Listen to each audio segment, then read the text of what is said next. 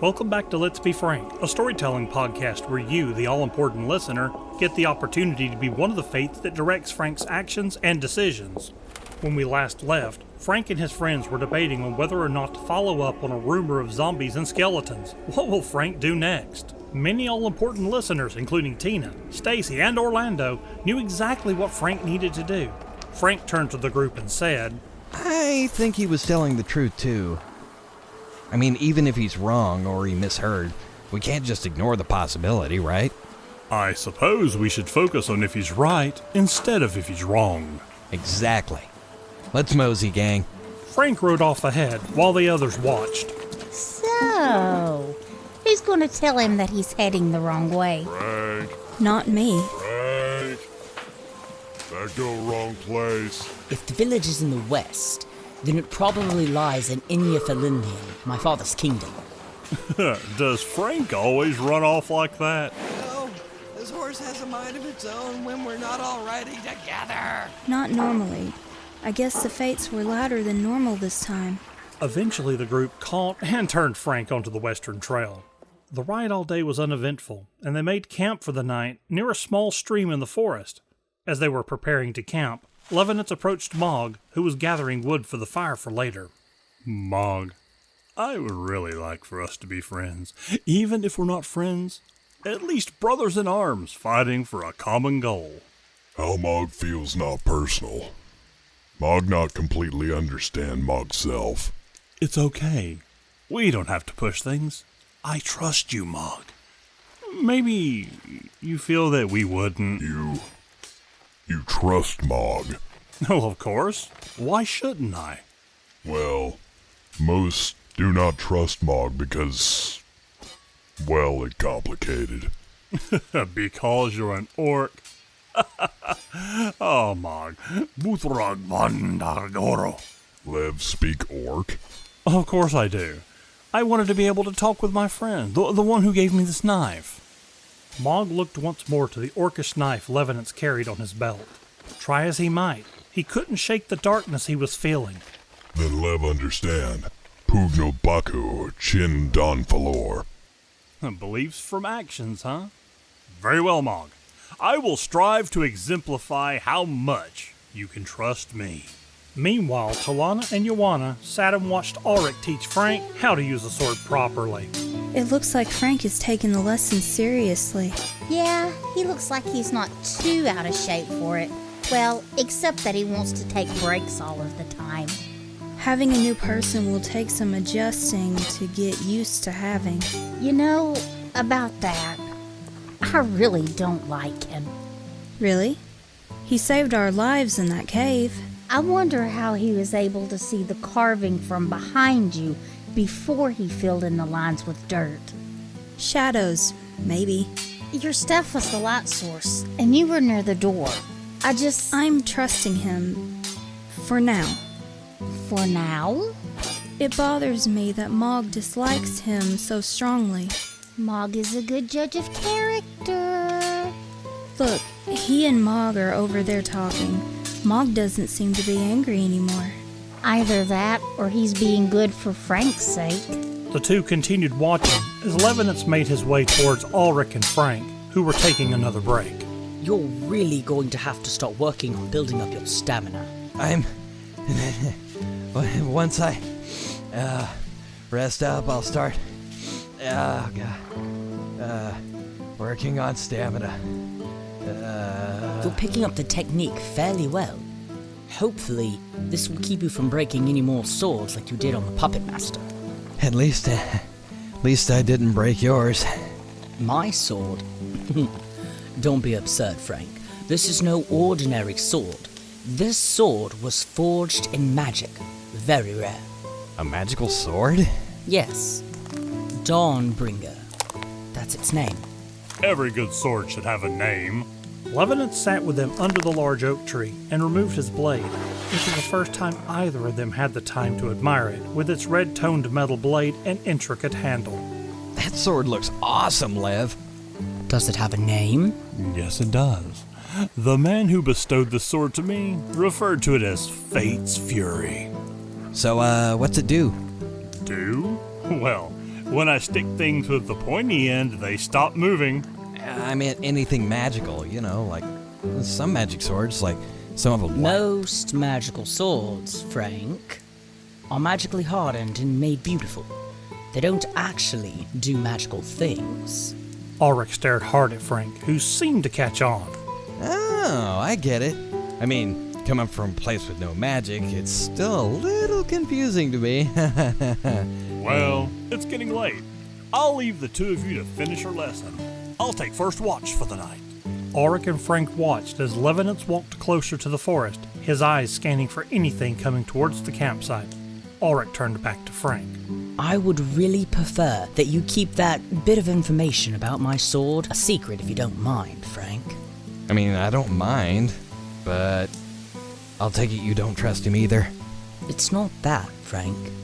Do you remember when I first told you that my sword was magic? You didn't. I found out in the king's throne room when you threw it at me. I threw it Jerk. to you, Frank. Have you ever wondered why I never told you before then? I just assumed it never came up. No, Frank. None of the others know either, unless Talana sensed it and told them when I wasn't around. So why so secretive? Frank, remember when I told you that crowns were rare when discussing money? People will kill over crowns, and kings will wage war over magical swords if they are known to have magical effects. Ah, I see. Mum's the word. What word? Mum. Mum. Frank, did I work you too hard? Never mind. We should get some rest. Ulrich and Frank returned to the fireside, made their beds, and everyone went to sleep. The next morning, the group continued their trip. Late that evening, they began to see smoke in the distance. Chimney smoke? Doesn't look like it.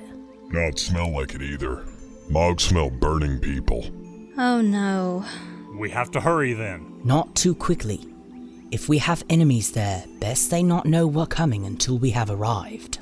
The group picked up their pace but stayed as quiet as possible. As they began to exit the wood, they could see almost all of the homes burning or smoldering. The group dismounted their horses to investigate. Gods, what has happened here? Holy. This looks like a war zone. War zone? Where I'm from, it's the location where the armies of two countries fight. Looks a lot like that. We refer to that as a battlefield, but this looks more like a nightmare. Many bodies. Also many skeletons. Look burned. That's because fire is one of the forces that does great damage to the undead. So the kid was right. Frank, you were wise to see that. However, it is getting late, and I do not see any survivors. You're right, Lev. Mog, you're with us. Frank, go with Joanna and Talana and wait for us at the edge of the village. Anything I can do to help? You're my friend, Frank. You're helping me by going with them. Joanna took Frank by the elbow and led him away towards the well. Ulrich then turned to face the others. Mog, these people are dead, and tomorrow we will bury them. First, though, we need to take care of them so that they do not share the same fate as the ones who attacked them. Mog is shaman. Mog will make certain dead people stay dead. Right. While you're doing that, Ulrich and I will be helping you. How help Mog? Mog, the only way a warrior is trained to stop an undead with a sword is damage to the head. So you defile bodies. No, Mog, it's not like that. Mog take care of people. Ulrich and Lev watch over Mog while Mog works. Mog reached into his bag and pulled out a solid white dagger. And maybe Ulrich and Lev learn something if pay attention. As Mog began final rites for the slain villagers, Joanna, Talana, and Frank waited by the well just outside the village. I see a lot of tracks, both people and, well, other things, but I don't see any on the trail coming in, nor this trail going out. That evidence suggests that they came from the forest, but not from the trails. The graveyard looks untouched, so the skeletons couldn't have come from there. Cottonmouth. Joanna took the bucket and tossed it into the well. Instead of a splash, however, The three looked at one another and then into the well. About 10 feet down, sitting on a board wedged against the stone walls of the well, sat a girl. Well, looky what we have here. In the well. Get it? Well? It's okay, we're here to help. Are they gone? The dead people? Yeah, they're gone. Grab a hold of that rope and we'll haul you up. After grabbing the rope, the three managed to pull the young girl up. Are you injured? No. I was here getting water, then the dead started pouring out from the woods. Which direction were they coming from? All of them. Did they seem to have like a leader? Anything grouping or controlling them? No, not that I could see. That was an observant question, Frank. Do you have trouble with the dead in your world? Me? Oh, no. But I watched a lot of television and thought if the White Walkers had leaders, like the Night King, maybe these would as well? White Walkers? Night King? Television? It's a long story. The important thing is that now you're safe. No, we're not. It's okay. We have a shaman and warriors with us. Those who have fallen will not rise again. We'll bury them properly tomorrow. No, you don't understand. What don't we understand? It's dark again. They'll come back. They came 2 nights ago. Most hide in their homes, and by morning, they're gone. Last night, they came back and burned most of our homes. Ulrich, Lev, and Mog were nearby and making their way towards the well. It's like they're after something. We have to hide, but there's nowhere else for all of us to hide. As the last rays of sunlight crept behind the canopy of trees surrounding them, everyone began hearing a rustling in the forest. It's them! It's them! Now calm down. Night is when a lot of harmless animals come out to hunt for food. Suddenly, the underbrush shook violently as all men of the dead began making their way out quickly. The horses panicked and began bolting further down the westward trail. As the girl ran back to the well and climbed over, she lost her footing and fell. No, you don't. Being the closest, Frank reached out and grabbed the girl by the ankle to stop her fall. And just like that, both disappeared into the well with a splash at the bottom. Talana, light our arrows. Mog and Ulrich fought against the dead that were too close for arrows, while Joanna and Levinas were striking the dead with flaming arrows. I can do this all night. At least until we run out of arrows. Ulrich glanced at the well cap. On my word, everyone into the well. Mog no climb. Gods help me, then jump and Frank will catch you. I can buy us some time. Now's the time we need fire the size of a house. I can do one better. After a short chant, a ringed wall of flames encircled the group, and the dead stopped at its edge. It won't last long. Talana collapsed, the strain of the magic finally taking its toll. Talana! You want to climb down and move Frank and the girl so Mog can jump. Levinance, begin climbing down the moment Mog jumps. What about Talana? I will carry her, now go.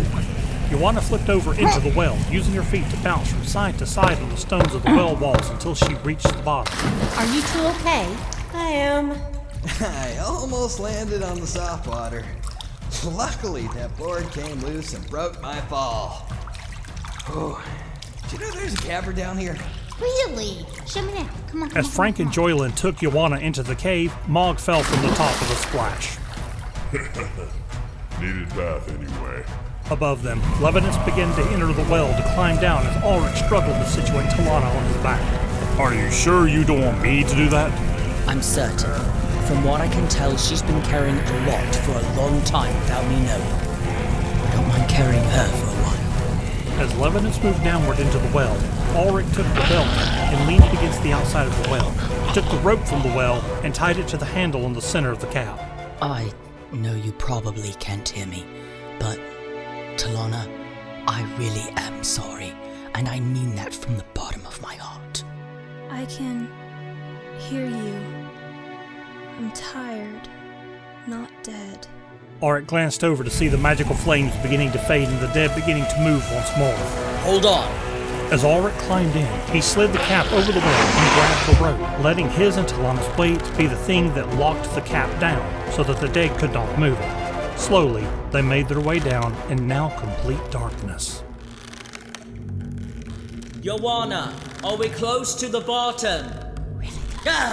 gods, woman, are you trying to kill me? Is that how you laugh? As he reached bottom, Ulrich had Mog take Talana for a moment, while he wedged the board and tied the rope to it. That should buy us some time. Does anyone have a dry torch? My staff. Thank you, Talana, really. But you've done far more than enough for today. We'll take it from here. Give it to Frank. Ulrich handed Frank the staff. Speak the words.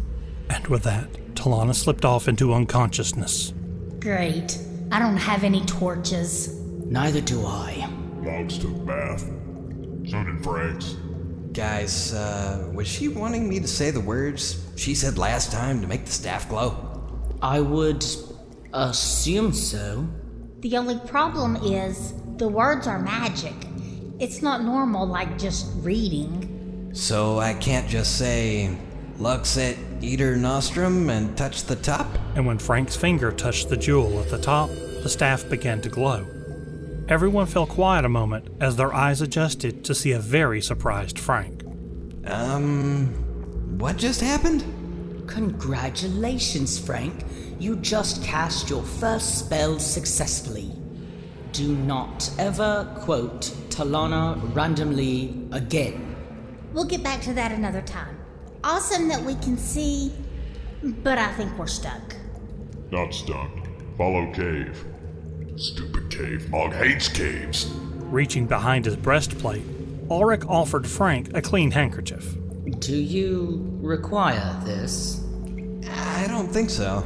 Even though it's a cave and there's water, there doesn't seem to be anything affecting me.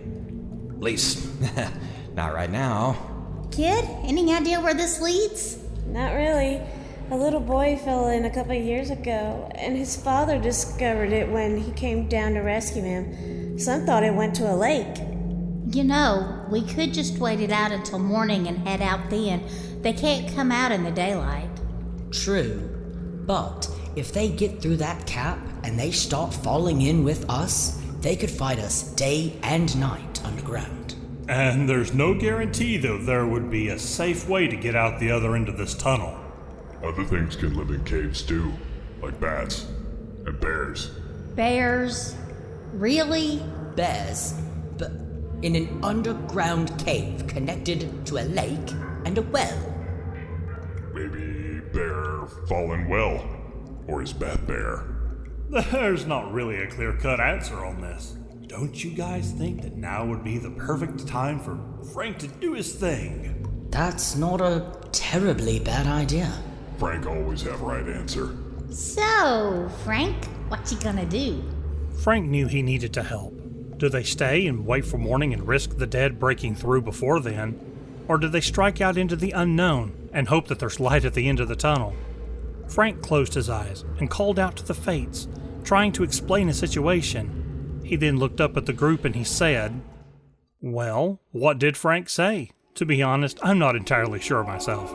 Remember when I told you that you, the all-important listener, would be the steward of poor Frank's fate? Well, you really are. What will Frank do next? You tell us." To do that, you can visit letsbefrankthepodcast.com and click on the What Would Frank Do button and tell us what you think Frank should do next. You can also join us on our Facebook page to let us know there, or leave a comment in the comments area on our YouTube channel. Remember, you are the fates controlling Frank's fate. Let's try not to let him down. Some of the music and sound effects in this podcast come from Tabletop Audio. If you're running a game, the perfect background music and sound effects can be difficult to assemble, but with Tabletop Audio, you can play songs fitting your campaign and use sword clangs and magical bursts to set the mood for your next adventure and take your game to the next level. For your next RPG game, visit tabletopaudio.com. The rest of the music comes from Kevin MacLeod's brilliant website, Incompetech.com. If you're looking for music for your podcast, Kevin has composed more than 2,000 royalty-free songs released under the Creative Commons license. So when you need music, think Incompetech.com and tell them that Mog sent you.